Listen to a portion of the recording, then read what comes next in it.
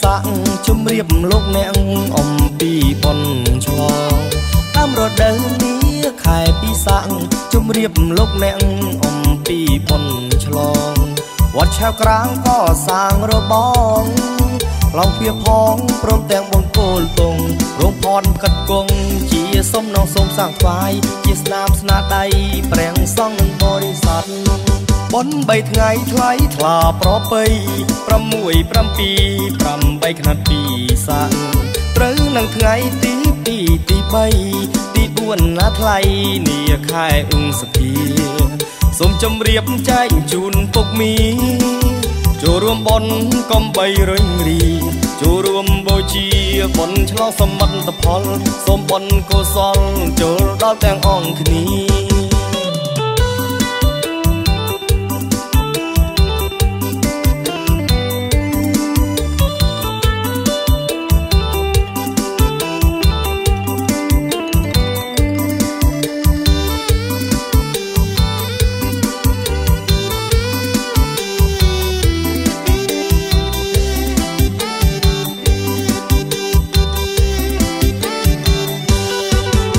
រដូវនេះខែពិសាក់ជំរាបលោកអ្នកអំពីប៉ុនឆ្លង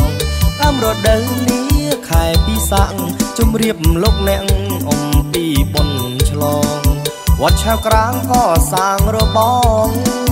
ឡងវាផងព្រមទាំងបង្គោលទងរងផនកាត់គង់ជាសុំនងសុំសាងថ្វាយជាស្នាមស្នាដៃព្រះសង្ឃនឹងបរិស័ទបុណ្យ3ថ្ងៃថ្លៃថ្លាប្រពៃ6 7 8ខណពីសាក់ត្រូវនឹងថ្ងៃទី2ទី3ទី4ណាថ្លៃនាខែឧសភាសូមជម្រាបចែកជូនពុកមីចូលរួមបុណ្យកុំបីរញរី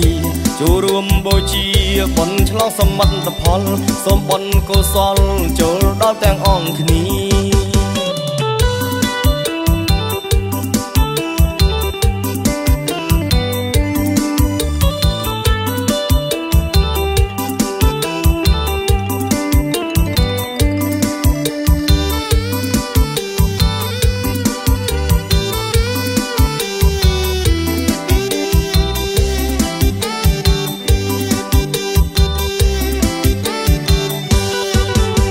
រដូវនេះខែពិសាក់ជំរាបលោកអ្នកអំពីប៉ុនឆ្លងតាមរដូវនេះខែពិសាក់ជំរាបលោកអ្នកអំពីប៉ុនឆ្លងវត្តឆៅក្រាងក៏សាងរបងឡងវាផងព្រមទាំងបង្គោលទងរងផនកាត់គង់ជាសុំនងសុំសាងថ្វាយជាស្នាមស្នាដៃព្រះសង្ឃនឹងបរិស័ទបុណ្យ3ថ្ងៃថ្លៃថ្លាប្រពៃ6 7 8ខណពីសាក់ត្រូវនឹងថ្ងៃទី2ទី3ទី4ណាថ្លៃនាខែឧសភាសូមជម្រាបចែកជូនពុកមីចូលរួមបុណ្យកុំបីរញរីចូលរួមបូជាបុណ្យឆ្លងសមិទ្ធផលសូមបុណ្យកុសលចូលដល់ទាំងអង្គគ្នា